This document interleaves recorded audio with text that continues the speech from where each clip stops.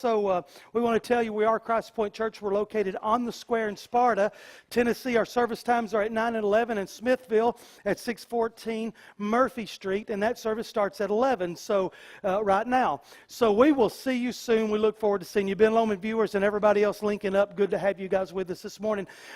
The day the rains came. Let's just jump right in. The day the rains came. Now I gotta kind of break all this down for you because it was just so cool. I just thought the parallels were so similar in these two stories that I had to preach it today. I'm going to give you a tale of two storms and how God saved two nations by causing it to rain.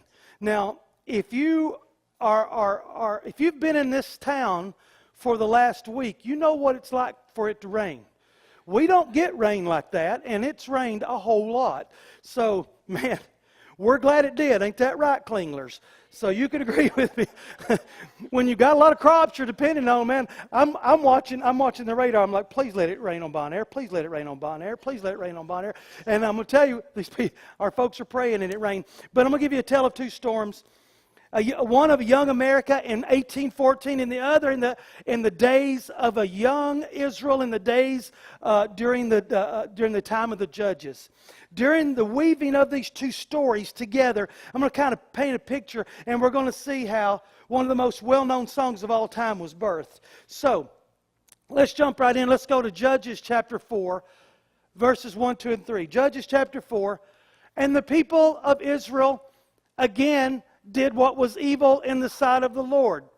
Now, if you were here Wednesday night, I'm pretty sure that Sambo mentioned this. He mentioned this very chapter, if I'm not mistaken. I know he mentioned Deborah. We're going to mention about her in just a minute. But here's where it all starts to fall apart. And the people of Israel again did what was evil in the sight of the Lord.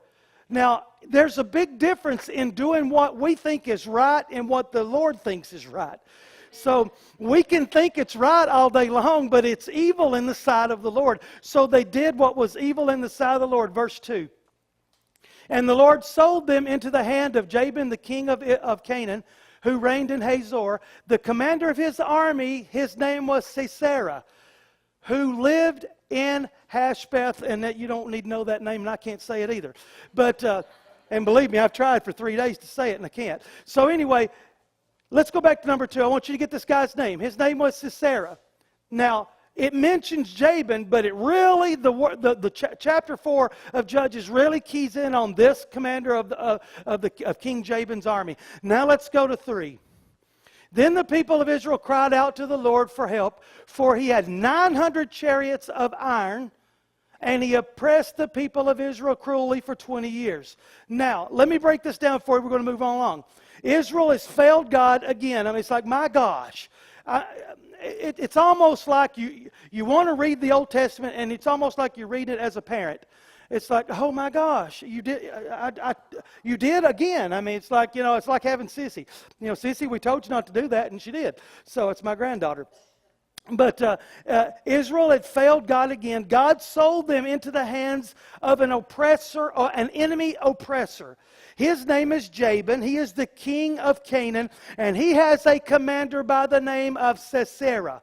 So Sisera oppresses the people.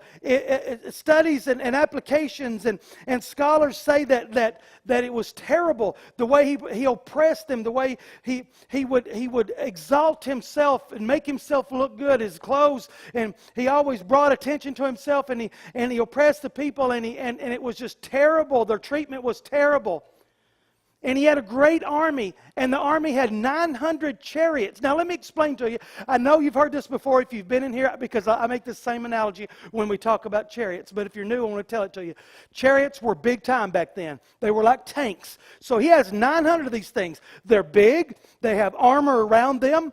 They're drawn by multiple teams of horses sometimes. Sometimes sometimes as many as 12. So you can imagine if you have 900 chariots, you've got a whole lot of horses and you've got a whole lot of feed, a whole lot of maintenance. But these things were huge and they were big and they had armor around them and they could just duck down the armor at any arrow coming at them. And they had holders all along the sides for arrows, multiple arrows. They didn't run out. And their archers would race at high speeds. People didn't have that kind of the enemy didn't have, or the opposers didn't have that kind of skills to be able to shoot at that speed, so they didn't even know how to combat that. But these guys were trained and they could just go along, so it was just so hard to beat. So an army with 900 chariots was a big deal. Now this is a very young nation. And they're in the promised land. They're brand new into the promised land, just a few generations into the promised land, and they never took the entire land. They stopped. They didn't take the land, and instead they just enjoyed what was going on. They enjoyed the sins of the people they were with, and they just joined right in. And after a while, instead of being God's people, they were just part of the land, part of those people. So because of their unfaithfulness, Israel that is, they're hiding in the hills to avoid walking the streets of the promise. Think about this. God has promised you something, and instead of walking the streets of the promise, we are literally hiding in fear because of the promise. They're living in fear. Now let's look at verse 7. Let's jump to verse 7. And I will draw out Sisera. Now this is Deborah. Deborah comes to her commanding officer by the name of Barak. She comes to him and she says, this is what the Lord says. So this is God speaking through Deborah. I will draw out Sisera, that general, the general of Jabin's army, to meet you by the river Kishon with his chariots and his troops, and I will give him into your hand. It's almost like, do you realize how many chariots this dude has? Do you realize how many troops he has? This is a big deal. And you're coming to me. Are you sure the Lord said this? God will use their leader, Deborah, is going to draw them out. And then this guy's going to come because he don't think he can be beat. He's going to draw him out to a strategic location by the river Kishon. He's going to draw him out to there. And Deborah's military leader was Barak, and he is to gather troops. And if you gather these troops, then I will give you victory. Because this is what has happened. You're living in the life that you have made for yourself. You're lying in the bed that you have made for yourself, not because of what I have done, but because what you've done. Now, you're in this not because of me, but because of you. You're the reason, and I'm going to be the reason you get out, but you're the one that moved away. Victory, write this down, victory begins with repentance. Victory begins with repentance. Judges, let's keep in Judges. Let's go to verse 15. I'm sorry. I got Tori back there saying, what? He didn't give me 14. Verse 15, and the Lord routed Sisera. Now this is in chapter 4. The Lord routed Sisera and all his chariots and all of his army before Barak, before the good guys, by the edge of the sword. And Sisera got down from his chariot and he ran away. He got out of his chariot and he ran. Now why would a guy get out of his chariot? We're going to come back to that in just a minute. Let's go to a young America in August of 1814. A very young America. You know what? We've got the War of 1812 going on. America is barely 30 years old. Now, we've just got a small, young country that is beginning to get its feet established, and its government, and it's building cities. Britain attacks Washington, D.C. The attack is successful, and Washington is set on fire. Now, if you don't know too much about history, you're like, what? Yes, it happened. Washington is set on fire. The White House is burned to the ground. The Capitol is burned to the ground. Government offices are burned to the ground, and a young America, by all intents, purposes, by all appearance, is about to die. A young America is about to die. It's basically had its heart removed. When you attack the capital of the United States, you remove the heart of the nation, and it's about to die. Baltimore and Fort McHenry. Baltimore is 38 miles from Washington, D.C., and Fort McHenry is the fort there at Baltimore. It was next in line. See, if Baltimore falls, this is what happened. If Baltimore falls, then the East Coast is divided. And when the East Coast is divided, it's a lot like what God did when He took Joshua into the Promised Land, and He divided the Promised Land right out of the gate with Jericho, Ai, Gibeon, the 5 Amorite kings. He divided it right in the middle. And when you divide, you can conquer to the north. You can bring troops in by the thousands and the thousands and the thousands. You can control north by one step at a time. You can control south by one step at a time. And our young nation is in peril right at this point. Britain invades. If they invade, they control the U.S. If they can get this one fort in 1814, then they control the U.S. and America can fall back into the hands of British rule that quickly and that easily. So, on September 13th, 1814, the British troops invade the city on foot. They come around, they take 5,000 soldiers, and they disembark them onto the land, and they say, you take the city, you burn it to the ground, and we're going to take that fort from the harbor. We're going to take that fort. And they shelled Fort McHenry, and they expected the fort to surrender within a couple of hours. They had bigger guns, they had longer range. Nothing the fort could do except set and take it. So they expected this to be a 2-hour ordeal, and the fort would be surrendered. The shelling attack continued all day and all through the night. A young nation needed a God-sized miracle. Man, I want us to get the fact that we are 3 days removed from the 4th of July. Our national holiday. It is ours. It's what God gave to us. Our young nation needed a God-sized miracle, and God sent the rain. Let me tell you what happened as history goes. The rain that fell on September 13th and 14th, the very day, the very morning the shelling began, the rain that fell was described as a torrent of rain. It was described and written in history books as a torrent of rain. I'm guessing it was a nor'easter or maybe even remnant from a hurricane, because it was a torrent all day and all night. The British had bigger guns. They could stay farther back. They could shell from a safer distance. And we couldn't even fire upon them because we didn't have anything that would reach them. They could fire from a greater distance, and they had what was a brand new weapon called a Congreve rocket. A Congreve rocket was built by a guy by the name of Congreve, and it fired basically a weapon that was on fire, and when it hit, it was full of gunpowder, and it would explode and burn everything to the ground. So they would fire Congreve rockets, one after another, until whatever they were firing at was burned to the ground, and God sent the rain. See, buildings can't burn when torrents of rain are soaking them to the point to where they can't even catch on fire. Buildings can't burn. See, the British forces ceased fire after 25 straight hours. 25 straight hours. They shelled that fort for 25 straight hours, and they retreated because they were running out of ammunition. If we go another hour, then we're going to be the ones without ammunition, and we will be dead in the water. So we've got to quit now. They didn't surrender. So what's this, Pastor? What's all this have to do with Judges and Deborah and the River Kishon and a popular song? I'm going to get to it. I'm glad you asked. Israel needed a God-sized miracle. Just like a young America needed a God-sized miracle, Israel needed a God-sized miracle.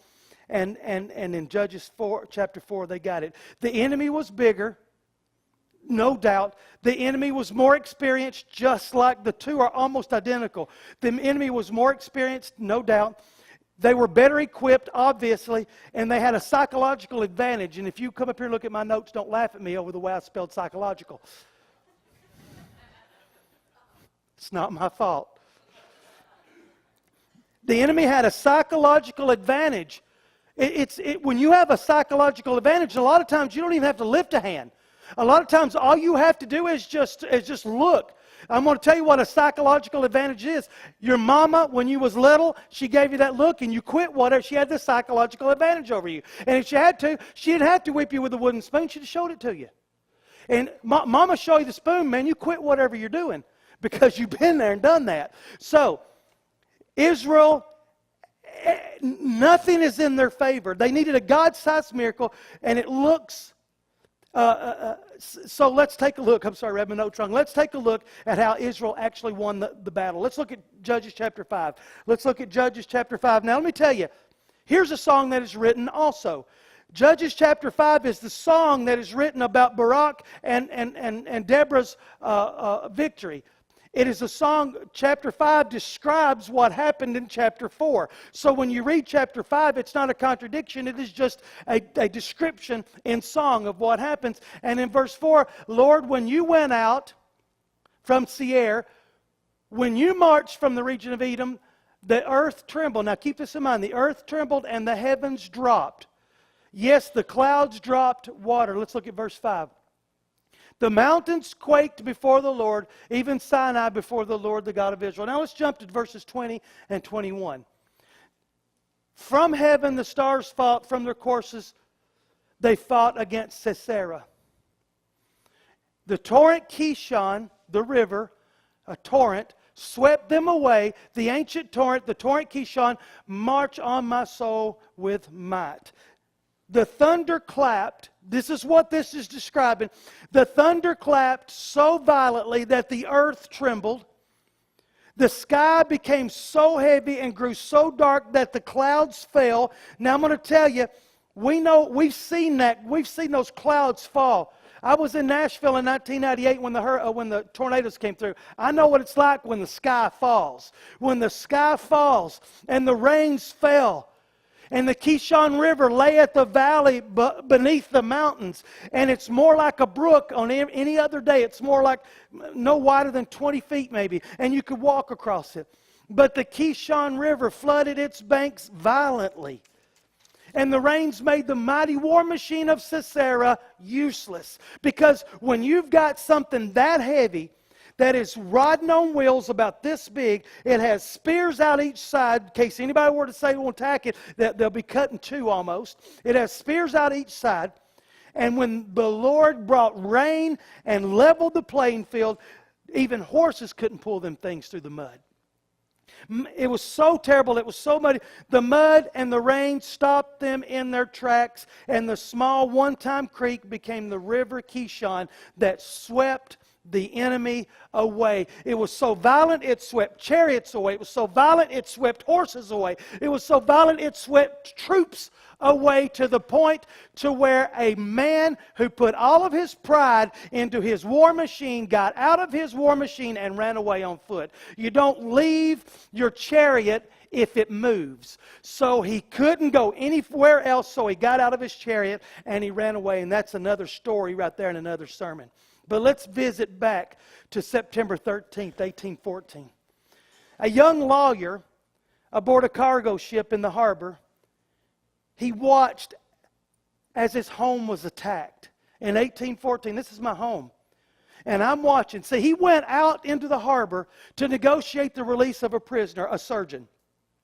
He went out to negotiate the release of a prisoner that was arrested during the August raid on Washington. He's out in the harbor to negotiate release, and they told him, they said, we'll let this guy go with you, but we're not going to let him go or you go until this is done. So you stay right here. And he watched from the harbor his home attacked. He watched them shot upon. He watched them advance upon his home. He watched the shelling throughout the night. He watched the bombardment for 25 hours. He watched as the rockets' red glare lit up the night sky. He witnessed the Congreve bombs bursting in air. But with every exploding bomb and every rain-soaked view, he watched for his American flag to see if it would still be there. Because he knew, if my flag is still flying over that fort, then I know that fort has not been taken away from American hands and American rule. I know it's still there. I know we're still in control if I see it. And on the morning of September 14th, 1814, America needed a God-sized miracle. They needed a God-sized miracle. And as the sun began to rise, and the ships began to stop their shelling because they were out of ammo, And the mist and the fog and the smoke began to start mixing with one another. And they filled the harbor. And a guy named Francis Scott Key stood on a ship and saw for the first time by the dawn's early light that our flag was still there. Now, I want you to go with me just for a second and think to yourself what that felt like. I think my home's going to be gone any minute. I don't know of anywhere in the world that could withstand 25 hours of constant bombing and still not give up, still not give in. And the rains came and they saved that fort. God sent the rain. Fort McHenry and its leaders and its soldiers never gave up. Washington may have fallen, but we are not giving up, because if we give up, then our nation is in peril. We will not give up. Britain gave in that morning and they retreated. And the nation was saved, and our flag flew high in the sky that morning as proof through the night that God had sent a great victory. Our national anthem was penned that morning. That morning, and I have read, I don't know if it's true, but it was penned on the back of something. I don't know if that's the truth or not, but I have went online and I've looked at the original that he wrote afterwards. He penned that song, and lots of people say it was a poem. No, he intended it for it to be a song. And when we sing it today, and when we hear it today, and when we watch it today, and when you see on TV somebody that will not stand for your national anthem, and I can't help it this morning if I'm a little bit politically incorrect, but I'm going to have to say it this way. When I see somebody that does not stand for the national anthem, then I want you to remember something. People died that night. People died that night so that we could be here today. People died in that fort. People died in Washington, D.C. People died aboard those ships to secure freedom and hold that fort. Our nation was saved that night, and God honored our Christian nation, our young Christian nation, that night with a torrent of rain. One last thing, I just want to take one last quick look. Let's look back at verse 7. I will draw out Sisera. Now I want you to think about your prayers. I will draw out, and I want you to take the word Sisera out, and I want you to put whatever you're battling. I will draw out this issue. Now that's scary when the issue gets drawn out.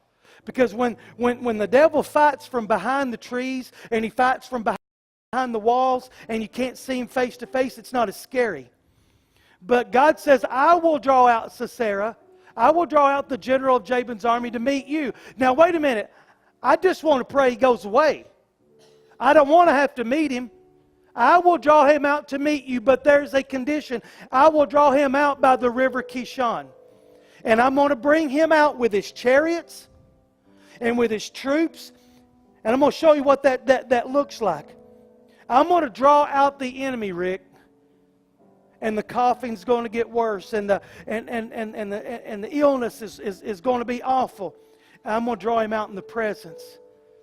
I'm going to bring him out. And this is what we can never forget. And then I'm going to give him into your hand.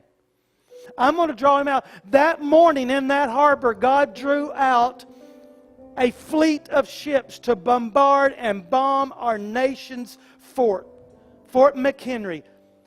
Brought them out to where they could be seen. Brought them out with all of their big shells and all their big bombs. God drew Sisera out with all of his armor and all of his chariots and all of his horses and all of the breathe almost like fire breathing out of their nostrils. And every time I look, I can't defeat them. I'll get run over by 12 of them, the horses, before I even get a chance to throw a spear. I can't win this fight. And God says, I'm going to draw all of it out and I will give him into your hand. Let me explain to you what God's going. God will draw out our enemies for destruction. He will draw out our enemies and all of the enemy's troops that go along with everything that's fighting us. We thought we were going to kind of slide right into Smithfield and it was going to be just as easy as could be. And then right before, God drew out the enemy. And man, it was one thing after another after another. And most of the things were just small little things that had nothing to do with anything other than just to aggravate and irritate. God will draw out our enemies. In the presence of the Lord is where the victory will be. In the presence of the Lord. But let me explain to you. Let me explain to you what will happen. They will assemble against us in spades. It's going to look overwhelming because when God draws them out, He draws them out with the premise that they think they're going to win. So He draws the whole of them out. And they come, every one of them. And here is the thing. The commander will be there. The troops will be there. The chariots will be there. And you say, I thought this was going to get better before it got worse. It's getting worse, and it's getting worse, and it's getting worse. And God is drawing out the troops and the chariots and the horses and the bows and the arrows and the armor. He's drawing them out. And here's our job. Drag them into the presence of the Lord. Because that's where the battle will be. The assembly for battle, it even looks bleak when we're right here at the altar and the enemy is right there. Even in the presence of the Lord, it don't look too good. Let me tell you, when they stood by the river Kishon before the rain began to start pouring, and they looked at the army and they said, Lord, you've called us here, but I don't have any idea what I'm going to do. And then all of a sudden we heard a clap of thunder. It's like, what was that? And then the clouds began to fall. And I've read that the rains fell in sheets, not in the face of the Israelites, but at their back and in the face of the army that came against them. They couldn't even see to do the battle because the wind and the rain blew in their faces so terribly. Sometimes we just got to stand. Even if we don't see the way out, we got to stand. Victory only lies in the place of God's choosing. Hey guys, you were doing this, and you stopped on us, and you watched us, and I appreciate it. So thank you for tuning in. Thank you for spending some time with us. I pray that you enjoyed the service today. Let me take this opportunity to invite you out personally. We're located on the square in Sparta. Our service times are at 9 and 11 every Sunday morning. We'll meet you at the door with a hug. We'll meet you at the door with some coffee ready and some donuts if you want. And let me just take a real quick minute to invite you over to our Smithville campus. For those of you who can't drive over to Sparta, drive over to Smithville, 11 o'clock for now, at 614 Murphy Street in Smithville, Tennessee. So one of our campuses, Christ Point Church, we're real people, we're living real lives, and we're serving a real God. Welcome home.